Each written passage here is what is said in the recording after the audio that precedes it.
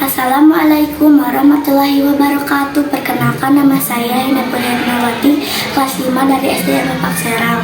Saya akan mempresentasikan sebuah cerita yang berjudul Sapam Yang Yatim Piatu, dan saya juga telah mereview dengan menggunakan teknik AI.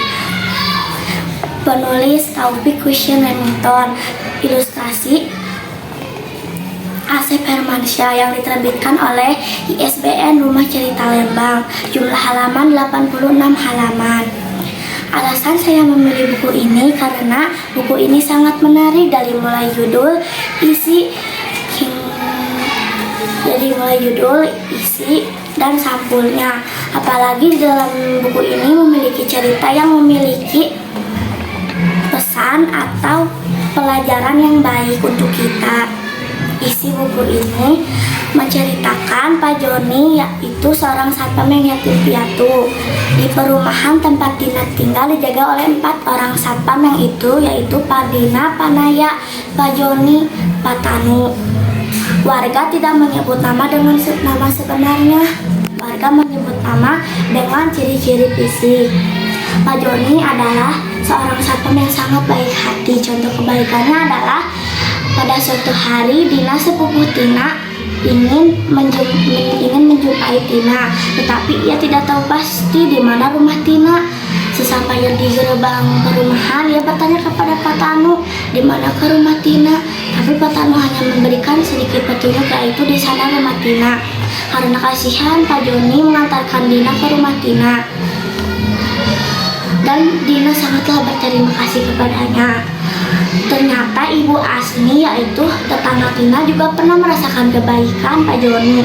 Pada saat itu Ibu Asni membawa barang-barangnya yang sangat berat. Walaupun ia menggunakan angkot, tetapi angkot itu tidak bisa masuk ke perumahan. Karena kasihan, Pak Joni membantu Ibu Asni untuk membawa barang-barangnya hingga di depan rumah. Lalu Ibu Dokter Lisa juga pernah merasakan kebaikan Pak Joni. Pada saat itu Ibu Dokter Lisa sedang menggunakan kendaraannya, yaitu mobil. Ternyata ban mobilnya kempes, dan Pak Joni tergerak hatinya untuk membantu Ibu Dokter Lisa. Pak Joni membawa ban mobil Ibu Dokter Lisa ke bengkel, dan Ibu Dokter Lisa sangat berterima kasih. Pada suatu hari, ayah Tina sedang mengantarkan Tina ke sekolah karena sepeda Tina sedang rusak. Di sana hanya dijaga oleh 1 orang satpam, yaitu Pak Tanu.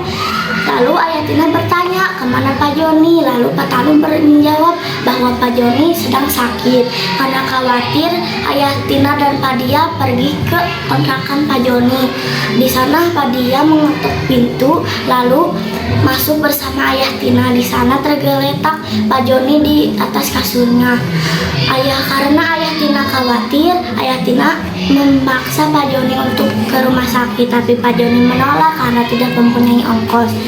Karena ayah Tina terus memaksa, akhirnya Pak Joni pun pasrah untuk dibawa ke rumah sakit. Sesampai di rumah sakit, Pak Joni langsung ditangani oleh dokter. Sementara ayah Tina mengurus administrasi. Di sana ayah Tina ditanya siapakah nama orang tua Pak Joni. Karena ayah Tina tidak tahu asal-usul Pak Joni, ia pun pergi ke ruangan Pak Joni. Di sana ia menanyakan siapakah nama orang tua Pak Joni, tapi Pak Joni malah geleng-geleng. Dan Pak Dia menjawab bahwa Pak Joni adalah seorang yatim piatu. Karena desakan dari rumah sakit, akhirnya ayah Tina menceritakan bahwa Pak Joni adalah seorang yatim piatu. Tapi petugas administrasi berbicara siapa yang akan bertanggung jawab atas Pak Joni. Akhirnya tanpa berpikir apa-apa lagi, ayah Tina menjawab, saya yang akan bertanggung jawab atas Pak Joni, walaupun ia tidak tahu tanggung jawab apa yang harus dilakukan. Karena sudah larut malam, ayah Tina pun pulang ke rumah. Di sana ia menceritakan kepada istri dan anaknya, yaitu Tina, dan mereka bersepakat bahwa mereka akan selalu menjenguk Pak Joni. Sementara ayah Tina pergi ke Pak RT dan menceritakan bahwa Pak Joni sedang sakit.